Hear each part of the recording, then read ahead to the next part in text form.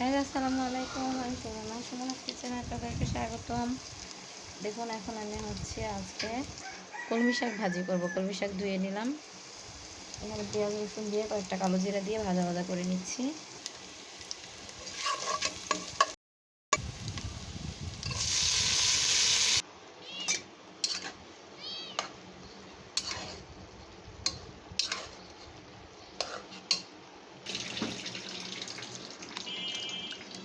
এদিক দিয়ে আমি ডিম ভাজা করব। পেঁয়াজ, কাঁচামরিচ, ডিম আর লবণ দিয়ে এটাকে ফেটে নিচ্ছি।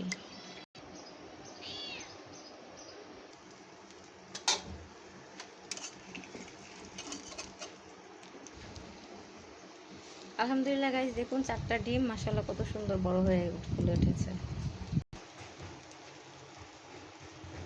আল্লাহ হাফেজ সবাইকে।